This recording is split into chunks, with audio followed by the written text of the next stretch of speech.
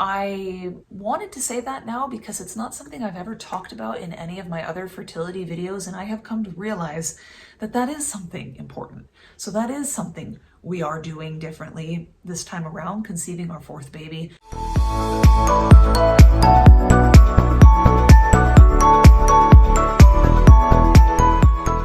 Hey guys, I will just start this video with the obvious disclaimer that I am not a medical professional, so anything I talk about in this video, go ahead and just do your own research on it, talk to your care providers, that kind of thing. You know, you just be smart about what you take, be smart about the brands you buy. For that matter, I used to, several years ago, get a lot of my supplements on Amazon until I realized that a lot of the things I was buying on Amazon were being produced in countries like China and India, where I don't trust the quality controls, period, from those countries, and it suddenly terrified me about what I was putting in my body. Is this actually what they say it is? Is it the dosage they say it is? Was it produced in like a healthy environment, you know? So just do your own research, make sure you pick brands that you're comfortable with, even if it means spending a little bit more money. Anyway, that's just my little soapbox for that. I'm gonna talk today about the supplements that I am taking, that my husband is taking, and that we both are taking together in an effort to boost egg quality, sperm quality, reproductive health, that kind of thing.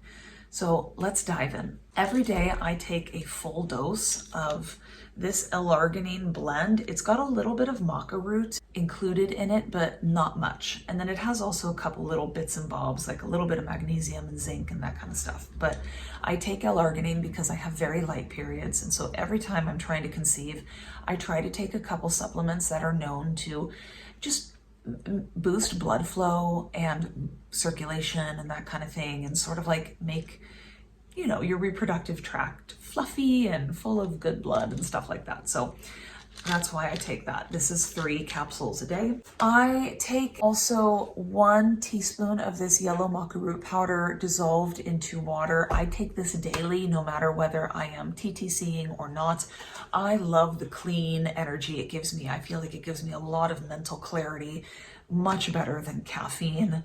So I take this daily no matter what. I also just every day, no matter what, if I'm TTCing or not, I take a full dose of high concentrate omega-3s. In a full dose of this, which is 2 capsules, I get 2,000 milligrams of DHA, EPA, and DPA. My normal like prenatal that I'm taking right now is this Conceive plus fertility support, but once this bottle is up, I'm just going to replace it with a normal prenatal because, to be honest, the conception blend that makes this a fertility support vitamin, it's very low quantities of 4 things, 2 of which I'm already taking individual supplements of in addition to this. So it's really not worth the extra cost to me to take this. I'm just gonna get a regular prenatal and continue taking separate supplements in combination with it.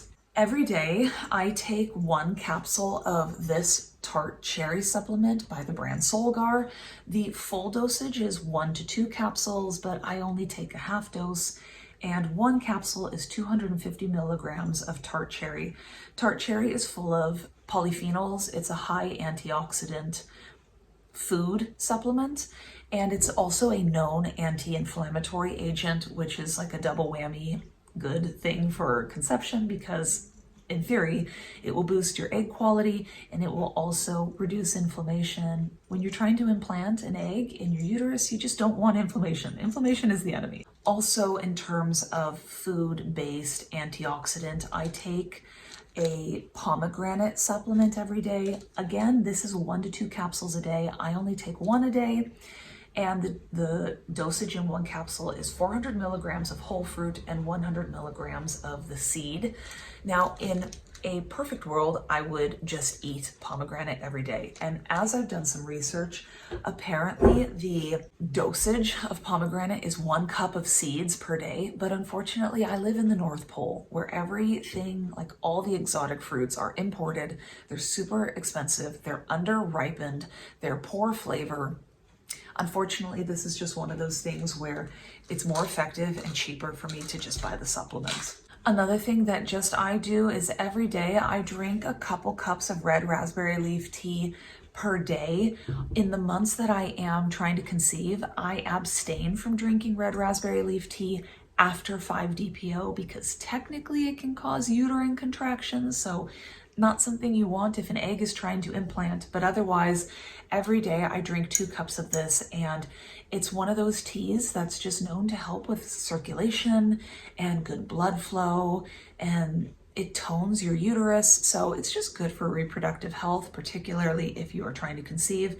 And then in addition to this, I take 1 to 2 cups of red clover tea per day, and that has been shown to just help balance your hormones, and it promotes egg health and good ovulation and that kind of stuff. So I drink, 1 to 2 cups of those per day also. This is my splurge item. I take 200 milligrams, which is 2 capsules of this Thorne brand R-lipoic acid. This is just another one of those super powerhouse supplements for egg quality. The dosage for this, as I've read online, is 200 to 400 milligrams per day. So right now I'm only taking 200 milligrams because this little bottle, which will only last me 1 month, costs me the equivalent of $60. And that is really expensive, especially when I'm taking all these other things.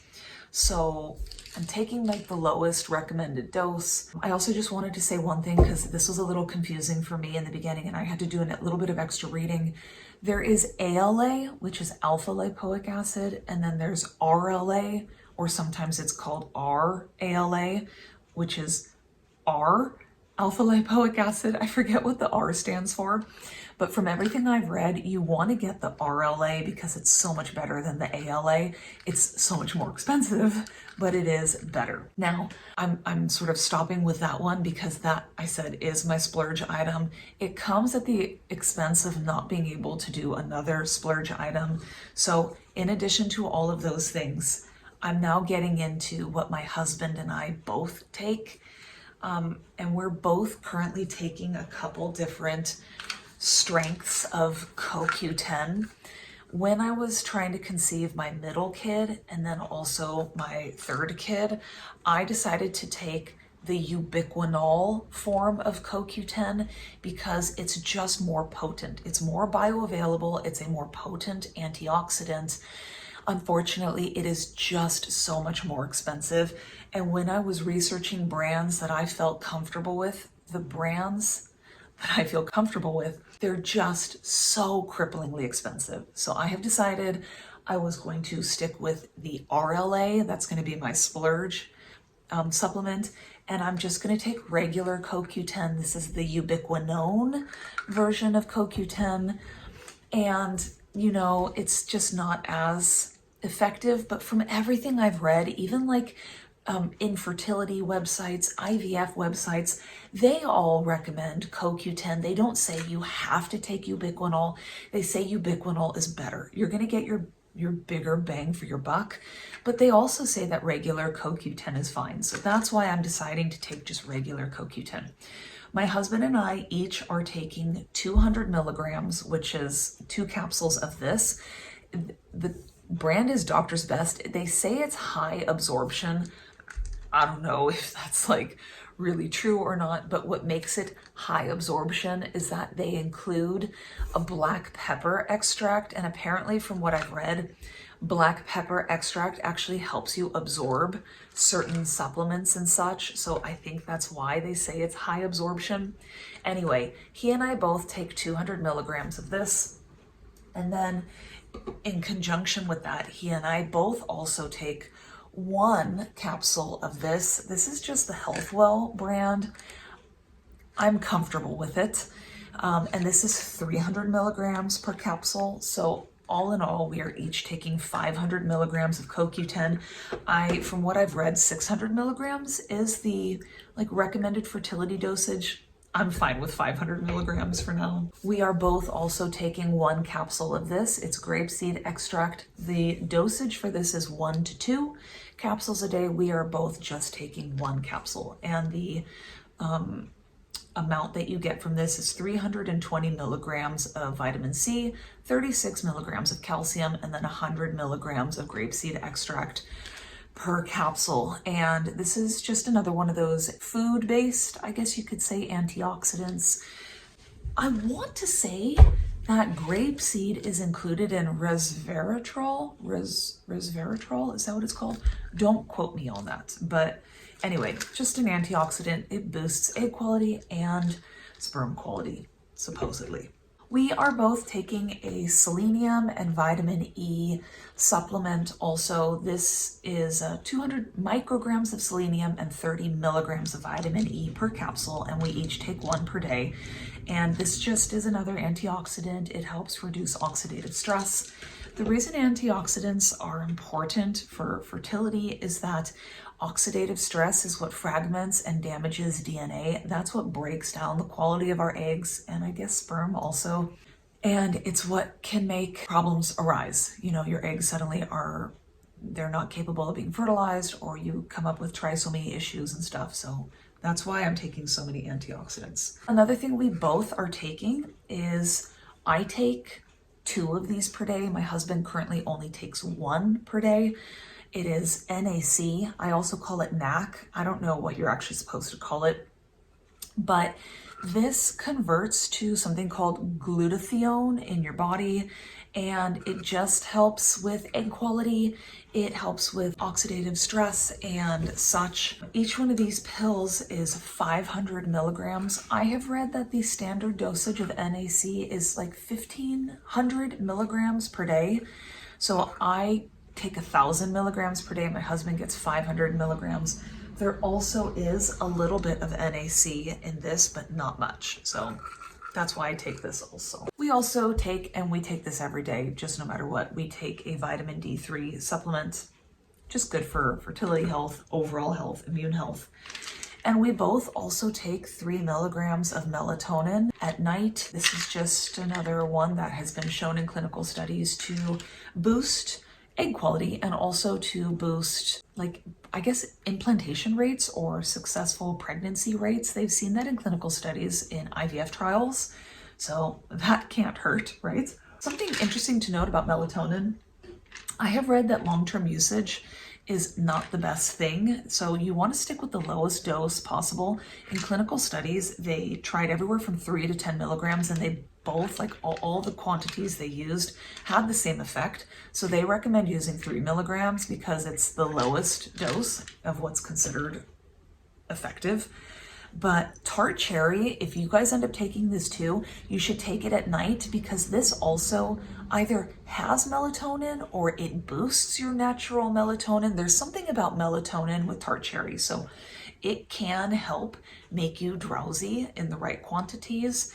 But another good thing about tart cherry is that it's not bad in long-term use. It does something with your natural amount of melatonin so that in long-term usage, it doesn't end up reducing your natural amount of melatonin. I just thought that was an interesting thing to say. So that's what he and I are taking together. And now just what my husband is taking. I have him on a standard multivitamin. He also takes one of these moringa leaf capsules per day. Moringa leaf supposedly is supposed to be good for sperm health. I just happened to have this on hand after breastfeeding and figured it would be better to give it to my husband than to take another supplement for myself because I'm already taking so much. I give him a maca root capsule because he cannot stand the powder. So he just swallows this capsule each day. Each one of these capsules is 500 milligrams, and they recommend 2 to 3 of these per day. I only give 1 to him per day because it's a miracle I'm able to get him to swallow all of these pills in general. I can't be like bogging him down so much.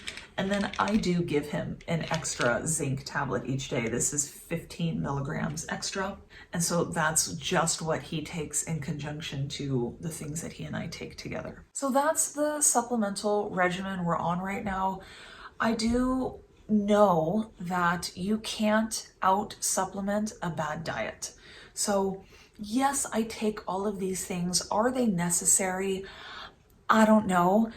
You know I need to take a prenatal. I know that folic acid or folate is very important. Some of these things like omega-3s, they're just known to be good. And Could I eat fish every day? Sure. But do I have the economy for that? No. And do I trust that eating fish every day is actually that healthy for you? What with, mercury levels and everything in the water? I don't really know. So that's why I take a lot of these supplements that I could be getting from food. The grapeseed extract, the pomegranate, tart cherry. They say you can drink tart cherry juice. I'm sure you could eat tart cherries. That doesn't sound very appealing to me. Maca root.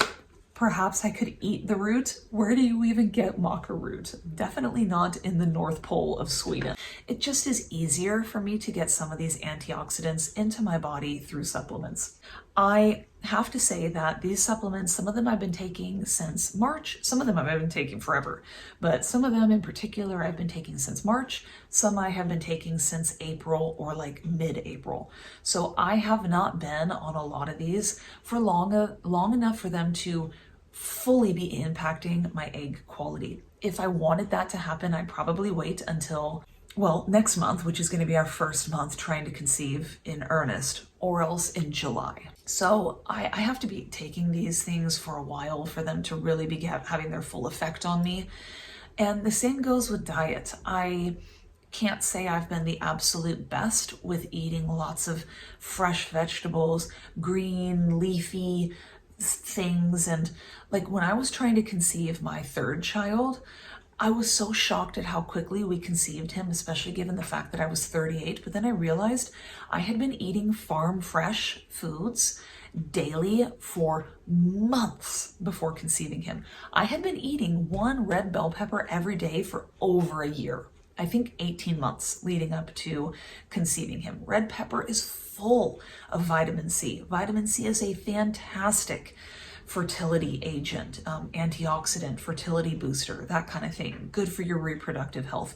I was getting so much stuff in my normal diet already leading up to trying to conceive him. And there I was worried that it wasn't going to happen because I hadn't been on supplements long enough. The more I've been researching supplements and watching fertility videos here on YouTube, the more I realize the supplements truly are secondary to lifestyle and diet.